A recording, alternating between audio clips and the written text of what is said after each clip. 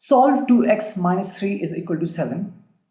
It means you have to find the solution of this equation. That means you have to find the value of this x for which this equation holds true. To solve this, the first step will be to transpose minus 3 to the right hand side. So this becomes 2x is equal to 7 plus 3. If you solve it, you get 2x is equal to 10. Now, we want on the LHS only x, right? Think what can we do so that we have only x, that is the variable x on the left hand side. The first thing that should come in your mind is that we should divide both the LHS and the RHS by 2. And why both the sides? Because we have to maintain the equality, right? So if you divide both the LHS and the RHS by 2, this becomes 2x divided by 2 is equal to 10 divided by 2, right? Now, if you solve this, this is actually what? 2 times x divided by 2 times 1 is equal to, if you divide 10 by 2, you get 5. Now, this can be written as 2 divided by 2 times x divided by 1 is equal to 5. 2 divided by 2 means what? You'll get 1. You are left here with x by 1 is equal to 5. X by 1 is what? X only. So you get x is equal to 5. In the next problem, we have x by 3 plus 5 by 2 is equal to minus 3 by 2. Now, on the LHS, we want only the variable x because we have to find the value of x. We need only x. So the first step will be that since this is an addition, so if we take 5 by 2, if we transpose 5 by 2 to the RHS, this becomes x by 3 is equal to minus 3. Since this is minus 3 by 2, we know that if we have p rational number is written in this form, where minus is in the middle, either we can write it like this, minus p over q, or we can write it like this, p minus q. All these three means the same. Mostly we write it in this form, that is the minus sign goes with the numerator. So this becomes minus 3 over 2 and minus this minus 5 over 2. Okay, now x divided by 3, this becomes, the denominators are the same, therefore write 2 here, minus 3 minus 5. Okay, so you get x by 3 is equal to minus 8 by 2. Now, if you solve this, x divided by 3 is equal to, keep the minus sign, for a moment forget the minus sign. If you divide 8 by 2, what will you get? You'll get 4 as a quotient, so write 4 and put the minus sign here.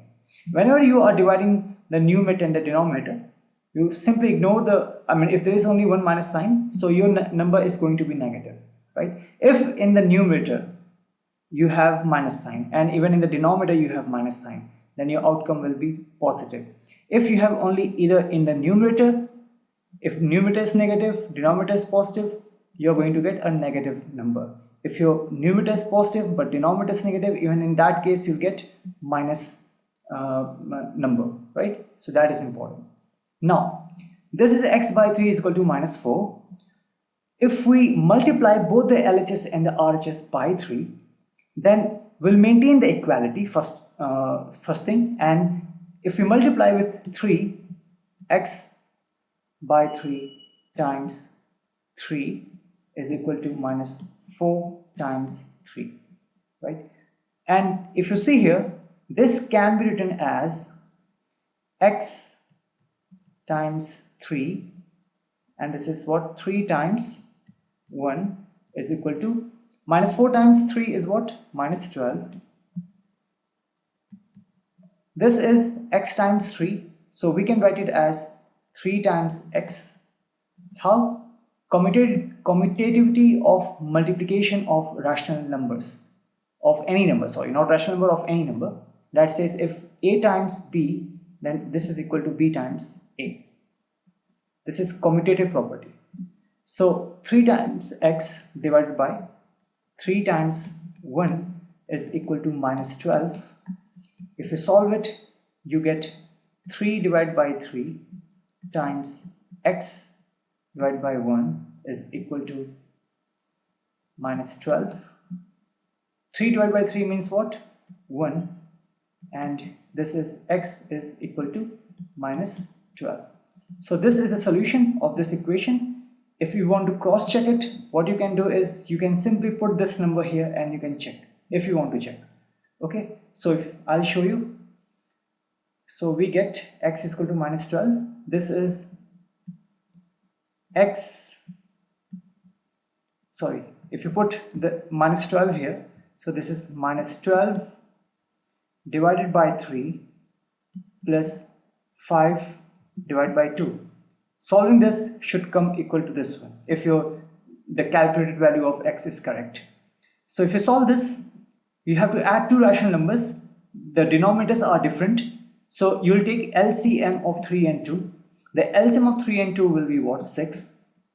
So if you need the denominator 6 in this case, write 6 here, divide 6 by 3, you get 2 as a quotient. So this becomes minus 12 times 2 plus, if you need 6 in the denominator in this one, write 6 here, divide 6 by 2, you get 3 as a quotient, therefore 5 times 3. Now this becomes minus 24 divided by 6 plus 15 divided by 6, right? Now this.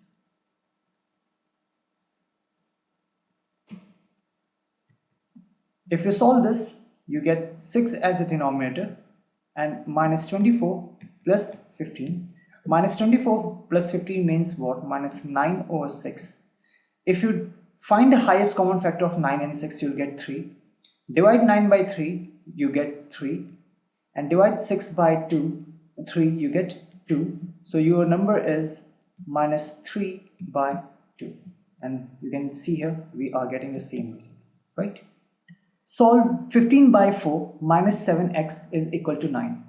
Now since we want to find the value of x, and here this is minus sign, what we can do is if we transpose minus 7x to the right hand side, again we have to transpose minus 7x. This can be written as like, this is actually what? 15 by 4 plus minus 7x, right? Is there any difference in this one? No. If outside the bracket is plus, inside is minus, it will come as minus only. So minus 7x is equal to 9, right? Now, if you transpose minus 7x to the right hand side, since it has minus sign, it will become plus, right?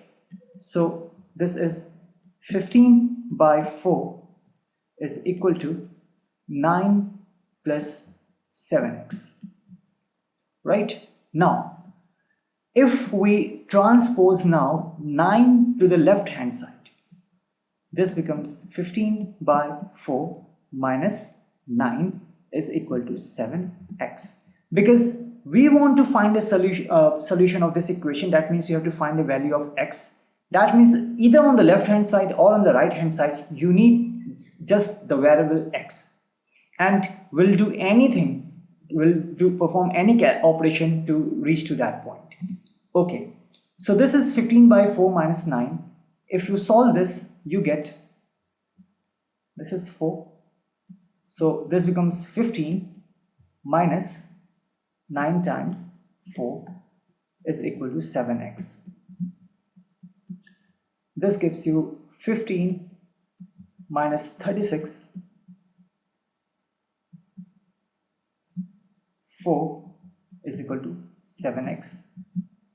And this is minus 21 by 4 is equal to 7x, right?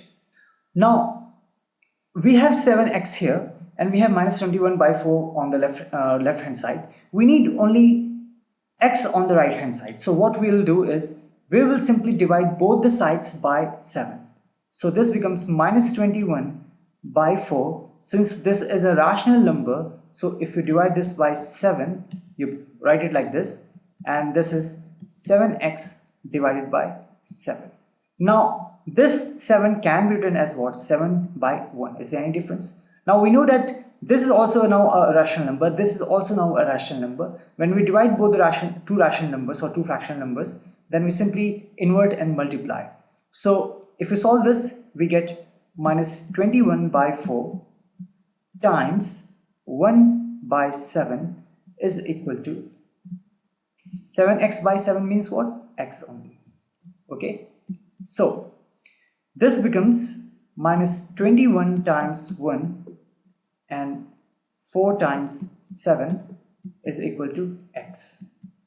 You get minus 21 divided by 28 is equal to x.